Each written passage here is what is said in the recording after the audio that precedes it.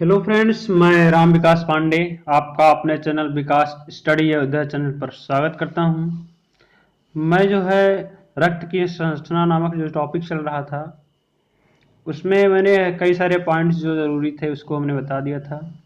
आज मैं जो है आप सभी को रक्त पीड़ित सामान्य रोगों की जानकारी से अवगत कराऊंगा। इसके अंतर्गत आपको मैं ही बताऊंगा रक्त संबंधित बीमारियां, लक्षण क्या है उसके, कारण क्या है, निदान क्या है और साथ ही साथ उसका उपचार क्या होगा। इसके बारे में मैं आपको संक्षिप्त में बताऊंगा, थोड़ा गौर कीजिएगा बातों को। तो अब चलते हैं, देखते हैं। आपका पहला रक्त से संबंधित जो बीमारी है वह रक्ताल्पता है, जिसको अंग्रेजी में एनीमिया कहते हैं। रक्ताल्पता जो है दो शब्दों से मिलकर बना हुआ है, रक्त और अल्पता। इसका साधारण अर्थ है कि खून की कमी। रक्त मतलब खून हो गया, अल्पता मतलब आपका हो जाएगा कमी। तो इसका अर्थ है आप इसी से निकाल सकते हैं कि खून की कमी। ठीक है, तो इसी से इसका नाम रक्ताल्पता हो गया। यह लाल रक्त कोशिकाओं में पाए जाने वाले पदार्थ या कण रुधिर वर्णिक अर्थात हीमोग्लोबिन की संख्या में कमी आने से होता है। हीमोग्लोबिन के अणु में अनचाहे परिवर्तन आने से भी रक्ताल्पता के लक्षण प्रकट होते हैं। हीमोग्लोबिन पूरे शरीर में ऑक्सीजन को प्रवाहित करता है और इसकी संख्या में कमी आने से शरीर में ऑक्सीजन की आपूर्ति में भी कमी आती है, जिसके कारण व्यक्ति थकान एवं कमजोरी अनुभव करता है। रक्ताल्पता के जो कारण है थोड़ा इनके बारे में देख लीजिए।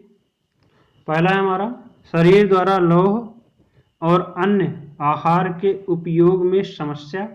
दूसरा है हमारा लौह तत्व युक्त भोजन का अपर्याप्त सेवन, जैसे जिस भोजन में लौह तत्व पाए जाते हैं उस भोजन की अगर हम सेवन कम करेंगे तो ये मान के चलिए ये हमारे रक्ताल्पता की अंतर्गत आएगा। मतलब अगर भोजन उसको हम कम करेंगे, हमारे अंदर लौह पदार्थ कम आएंगे तो रक्त बनना जो है कम हो जाएगा, जिससे रक्ताल्पता के कारण हो सकता है। अगला देख लीजिए आप, मुंह, आहार नाल, आमाशय या आंतों में रक्तस्राव जो होता है, जैसे मुंह से हुआ, आहार नाल से हुआ, आमाशय या आंतों में जो रक्तस्राव होता है, इसका यह भी कारण एक रक्ताल्पता के अंतर्गत आएगा। यौनिक रक्तस्राव या भारी मासिक स्राव। ठीक, अब आपका अगला पॉइंट है, 1 वर्ष से कम आयु के शिशुओं द्वारा गाय या बकरी के दूध का सेवन। जो 1 वर्ष के कम आयु के जो शिशुओं द्वारा गाय या बकरी के जो दूध पिए जाते हैं, जो सेवन करते हैं, मतलब वो अगर कम हैं, ठीक है, तो यह भी रक्ताल्पता के अंतर्गत आएगा। ठीक, मतलब वो उनके जब वो दूध का सेवन कम करेंगे तो रक्ताल्पता जाहिर सी बात है कि उनके अंदर आएगी। तो अगला पॉइंट आप देख लीजिए, शिशुओं को दिए जाने वाले खाद्य अनुकल्प में लौह तत्व की कमी। मतलब जो शिशुओं को दिया जाता है खाने के पदार्थ में, उसमें अगर लौह तत्व की कमी है तो वो जो है वह शिशु रक्ताल्पता के शिकार के अंतर्गत हो सकता है। तो अब आप देख लीजिए इसके कारण के अंतर्गत कौन कौन से कारण हैं। अब चलिए हम रक्ताल्पता के लक्षण के देख लीजिए थे। आपका पहला है इसमें थकान या कमजोरी अनुभव करना, मतलब थकान या कमजोरी होती है रक्ताल्पता के कारण। दूसरा है त्वचा, होठ, मसूड़ों, आँखों, नाखून एवं हथेलियों का पीला होना। अगला है हमारा अस्पष्ट सोचने में परेशानी या भ्रम अनुभव करना, मतलब जो स्पष्ट सोचने में दिक्कत होती है उसको, और भ्रम का अनुभव करता है व्यक्ति। चक्कर आना या बेहोशी छाना, हांफना या सीने में दर्द। अगला है हमारा दिल की धड़कनों का तेज होना। फिर अगला पॉइंट है शिशुओं और बच्चों का धीमा विकास।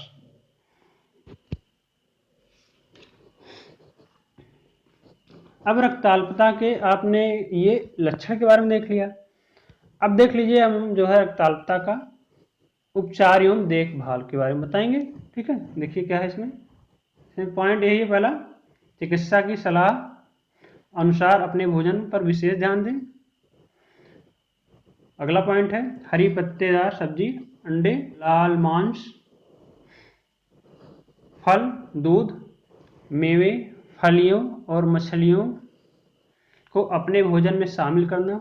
अगला पॉइंट है हमारा, चिकित्सक की सलाह अनुसार कोई लौह पूरक, मतलब जिसमें आयरन सप्लीमेंट हो, उसको लेना चाहिए, ठीक है।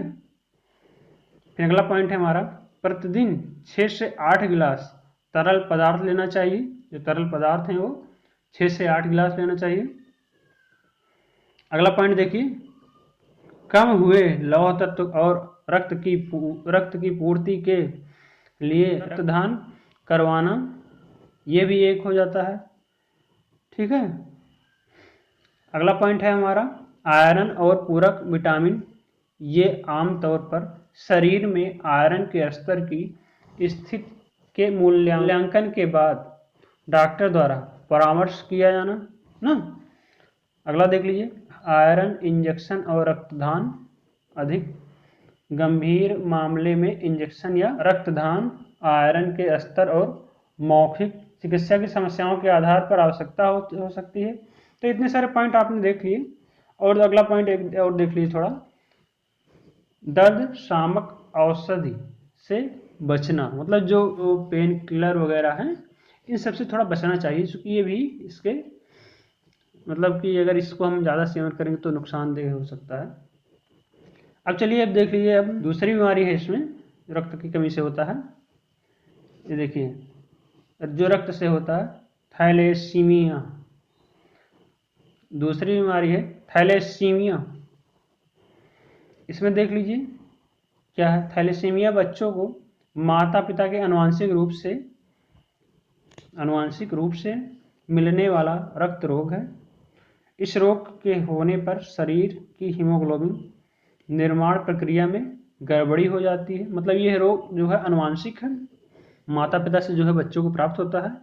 इस रोग से जो है हीमोग्लोबिन निर्माण की प्रक्रिया में गड़बड़ी हो जाती है, जिसके कारण जो है रक्तक्षीणता के लक्षण प्रकट होते हैं बच्चों में, ठीक है।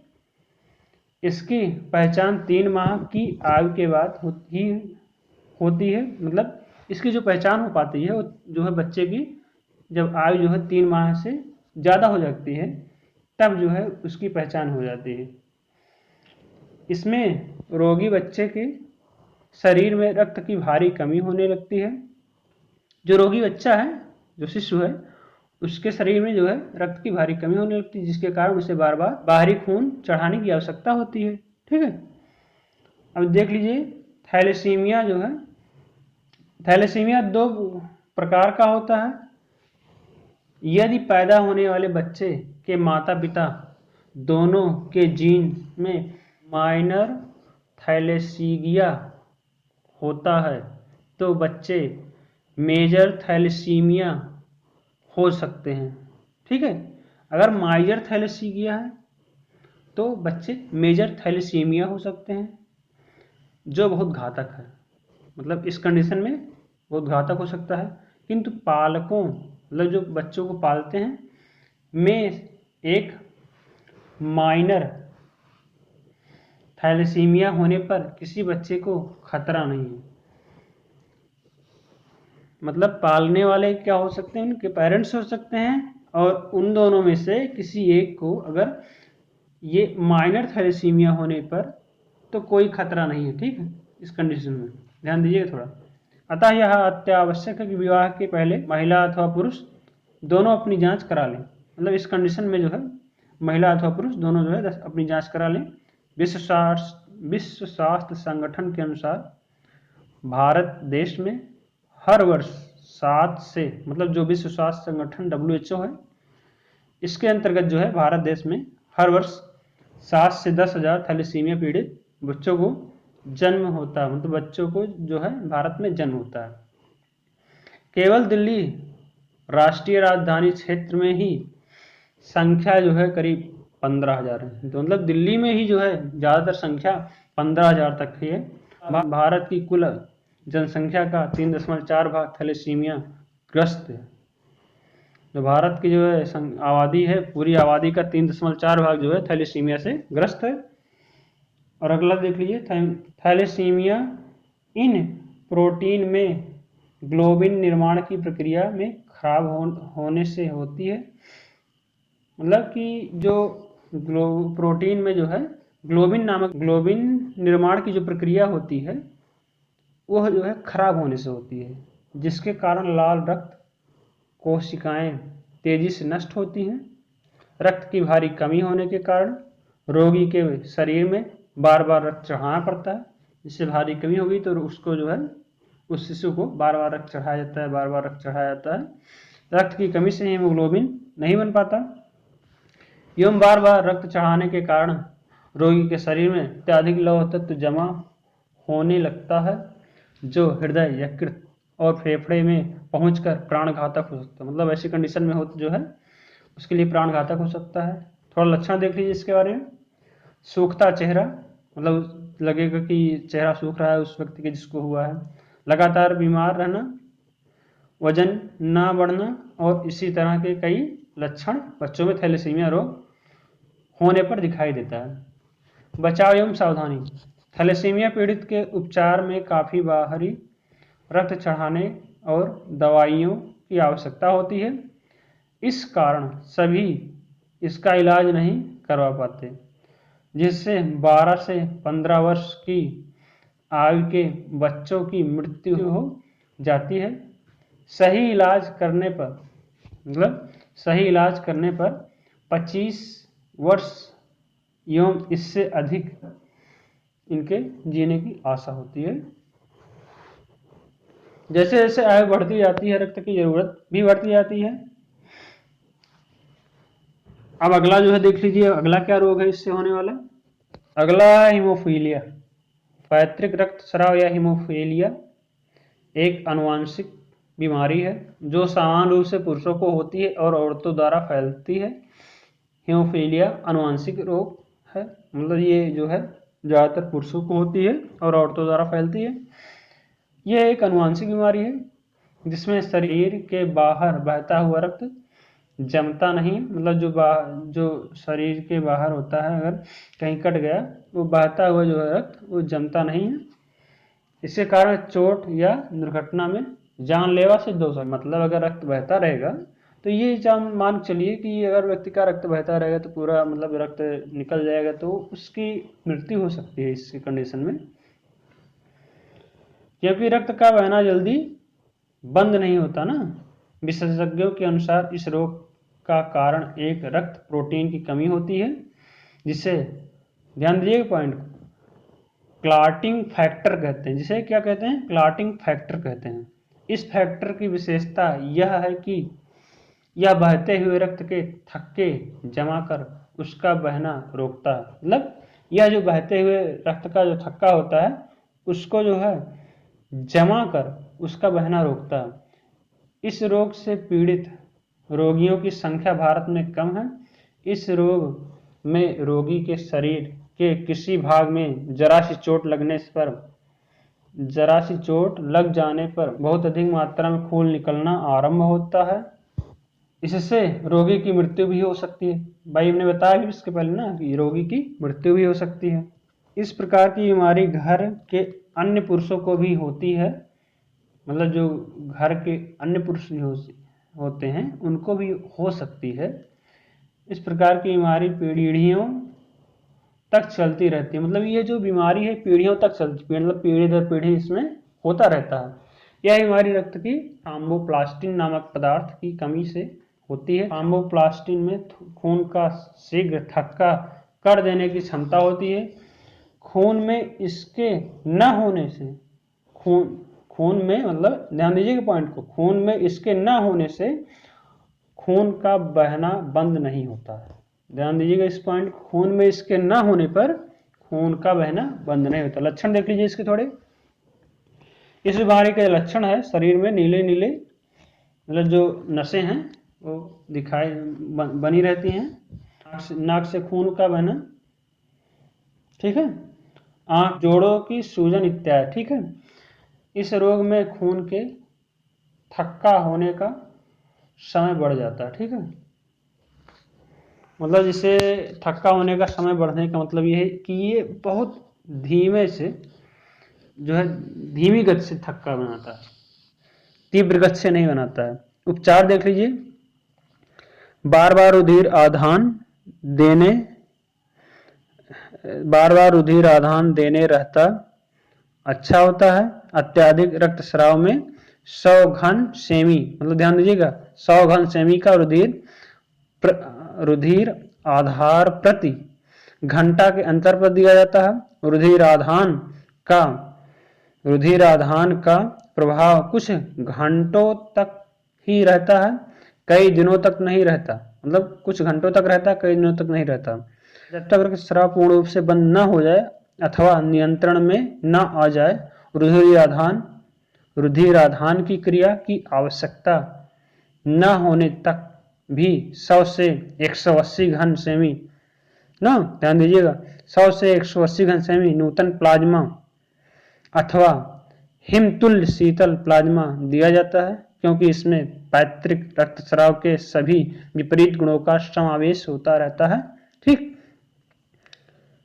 फिर जान लीजिए अगला, रक्त के थक्का बन जाने के समय में कमी हो जाती है। मतलब जो रक्त का हमने बताया, जो थक्का जो है बनता है उसमें जो होती है थोड़ा वो समय में थोड़ा कमी हो जाती है, शीघ्र हो जाता है थक्का, जल्दी जम जाता है, अथवा प्राकृतिक थक्का बनता है वो उस जो है तरीके से बनने लगता है। अब अगली जान लीजिए बीमारी क्या है। अगली जो है रक्त से होने वाली बीमारी है न्यूट्रोपेनिया ना, तो इसके बारे में थोड़ा जान लीजिए।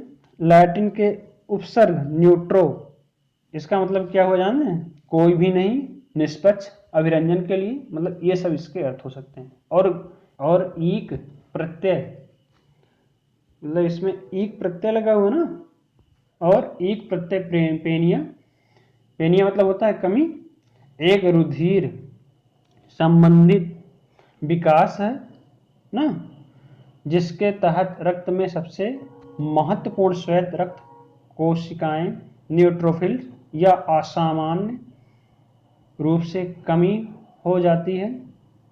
न्यूट्रोफिल सामान्य रूप से संचारित श्वेत रक्त कोशिकाओं का 50 से 70% भाग बनाते हैं और रुधिर में उपस्थित बैक्टीरिया को नष्ट करके संक्रमण के विरुद्ध शरीर के प्राथमिक रोग प्रतिरोधक क्षमता में कमी कर देते हैं। मतलब इस शरीर में जो है ये जो बैक्टीरिया होते हैं उपस्थित, इनको जो है ये नष्ट करके क्या करते हैं, जो रोग प्रतिरोधक क्षमता होती है उसमें ये कमी कर देते हैं। और आगे देख लीजिए, इसलिए न्यूट्रोपेनिया के रोगी को बैक्टीरिया संक्रमणों की अधिक संभावना रहती है। उनको जो है इन्हें अगर शीघ्र सुविधा न मिले चिकित्सकीय तो जो है इनके रोगी की जान जा सकती है। बीमारी की अवधि के आधार पर न्यूट्रोपेनिया गंभीर अथवा दीर्घकालिक हो सकती है। यदि यह स्थिति 3 महीने से अधिक समय तक रहे तो रोगी को दीर्घकालिक न्यूट्रोपेनिया से ग्रसित माना जाता है। कभी कभी इसे ल्यूकोपेनिया, मतलब श्वेत रक्त कोशिकाओं की संख्या में कमी आ जाती है, मतलब ल्यूकोपेनिया के अंतर्गत आए गए। ठीक है, शब्द के स्थान पर भी प्रयुक्त किया जाता है।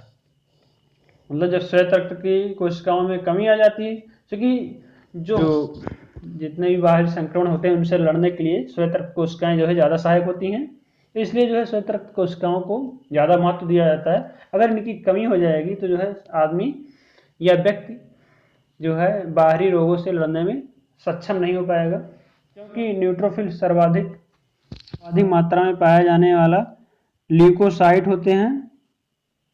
परंतु ल्यूकोपेनिया का एक उपवर्ग मानना अधिक उचित रहेगा। ल्यूकोपेनिया के कई कारक हो सकते हैं, मतलब इसके कई कारक हो सकते हैं, जिसे सामान्य रूप से 2 भागों में बांटा जा सकता है।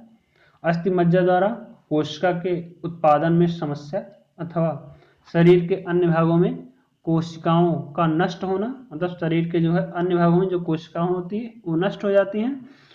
उपचार कारक की प्रकृति पर निर्भर करता है, जो कारक होता है उसकी प्रकृति पर निर्भर करता है उपचार का, और उपचार के समय संक्रमण को रोकने और इसके इलाज पर बल दिया जाता है। वर्गीकरण थोड़ा देख लीजिए, इसके कई कुछ वर्गीकरण भी हैं। प्रति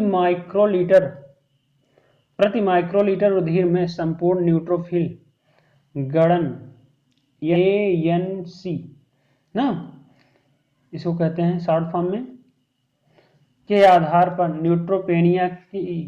न्यूट्रोपेनिया की गंभीरता को वर्गीकृत करने के लिए तीन सामान्य दिशा निर्देशों का उपयोग किया जाता है। नंबर 1, हल्की न्यूट्रोपेनिया। हल्की न्यूट्रोपेनिया में जो है संक्रमण का न्यूनतम जोखिम होता है। मध्य न्यूट्रोपेनिया में संक्रमण का मध्य जोखिम होता है, ठीक है। और गंभीर न्यूट्रोपेनिया में संक्रमण की गंभीर खतरा रहता है, जो संक्रमण जो है ये ज्यादा खतरे का रहता है। संकेत एवं रोग थोड़ा जान लीजिए इसके बारे में। संकेत एवं रोग लक्षण ना, ये देखिए आपके संकेत एवं रोग लक्षण के अंतर्गत जो है क्या है पॉइंट। संभव है कि न्यूट्रोपेनिया का पता न चल पाए, परंतु मतलब यह संभव नहीं है कि कभी कभी यह होता है कि संभव नहीं हो सकता है न्यूट्रोपेनिया का पता लगाना। किसी रोगी को गंभीर संक्रमण अथवा पेप्सिस हो जाने पर यह पकड़ में आता है। न्यूट्रोपेनिया के रोगियों में उस सामान्य संक्रमण अप्रत्याशित रूप धारण कर सकते हैं। उदाहरण के लिए मवाद का बनना उल्लेखनीय रूप से अनुपस्थित हो सकता है, क्योंकि इसके कारण न्यूट्रोफिल ग्रेन्युलोसाइट के संचरण की आवश्यकता होती है। न्यूट्रोपेनिया के सामान्य लक्षण में बुखार और बार बार संक्रमण होना सम्मिलित है। मतलब ये इसमें जो है आपको बार बार बुखार हो सकता है, ठीक, इससे संक्रमण से आप पीड़ित हो सकते हैं। यह संक्रमण मुंह के अल्सर ना, अल्सर मतलब जैसे आपको हो सकता है छाले वगैरह हो सकते हैं, दस्त हो सकता है, पेचिस करते समय जलन, घाव के आसपास असामान्य लालिमा, मतलब जो घाव होता है उसके आसपास असामान्य लालिमा हो सकती है, दर्द और सूजन अथवा गले की खराश हो सकती है, जैसी स्थिति उत्पन्न करा सकता है, ठीक है। उपचार थोड़ा देख लीजिए इसके बारे में। कम न्यूट्रोफिलिया की गिनती संपूर्ण रक्त की गिनती होने पर ही लगता है। सामान्य रूप से सही निदान तक पहुंचने के लिए अन्य परीक्षणों की आवश्यकता पड़ती है। जब निदान अनिश्चित होता है या गंभीर कारकों की समस्या बनी रहती है, संभावना बनी रहती है, तब प्रायः अस्थिमज्जा बायोप्सी आवश्यक हो जाती है। अब थोड़ा इसे कारक के बारे में जान लीजिए, क्या क्या कारक हैं इसके। कारक के अंतर्गत देख लीजिए क्या है। आर्सेनिक विषाक्तता हो सकता है, ठीक है। कैंसर, विशेष रूप से रक्त कैंसर, ठीक, मतलब कैंसर भी हो सकता है। कुछ दवाएं भी जो है, जैसे आप जो है जिस दवाओं का बिना जाने समझे, बिना डॉक्टर की या चिकित्सक सलाह के आपने खाना स्टार्ट कर दिया। उसके बाद वंशानुगत विकास, जैसा कि जन्मजात न्यूट्रोपेनिया, चक्रीय न्यूट्रोपेनिया। उसके बाद आपका आ गया अगला पॉइंट विकिरण। अगला पॉइंट आपका है विटामिन। विकिरण का हो सकता है, वैसे आपसे देख लिए हैं कि जो विकिरण होती है इसमें जो परावैंगनिक किरणें होती हैं, सब हो सकता है। विटामिन B12 हो सकता है आपका। उसके विटामिन B12, फोलेट या तांबे की कमी ना। उसके बाद अगला पॉइंट हो सकता है कीमोथेरेपी चिकित्सा, जैसा कि कैंसर और प्रतिरक्षित रोगों के लिए। मतलब ये कीमोथेरेपी जो चिकित्सा होती है, जैसा कि इसके अंदर जो है कैंसर और प्रतिरक्षित रोगों के लिए जो है होता है। अगला पॉइंट आप देख लीजिए हेमोडायलिसिस जो है इसका हो सकता है। और जो है इसमें यह हो सकता है वायरस संक्रमण के समय प्रायः हल्का न्यूट्रोपेनिया हो सकता है। इसके अतिरिक्त मॉर्निंग न्यूट्रोपेनिया नामक स्थिति जो संभव कुछ मनोविकार रोधी दवाओं के पार्श्व प्रभाव के कारण उत्पन्न होती है। तो आपने ये सभी पॉइंट्स देख लिए, हमें उम्मीद है आपने अच्छे से सुना होगा और अच्छे से इसको जो है आप सभी पॉइंट्स को जो है अच्छे से ध्यान से कंसंट्रेट होकर जो है देखिएगा थोड़ा। अब मैं जो है इस वीडियो को यहीं एंड करता हूँ। अब ये हमारा रक्त की संरचना जो है नामक टॉपिक जो है ये आज समाप्त हो गया। अगला टॉपिक हमारा होगा जो है एड्स एवं हेपेटाइटिस बी की सामान्य जानकारी हम बताएंगे। सो फ्रेंड्स, मैं इस वीडियो को एंड करता हूँ। धन्यवाद।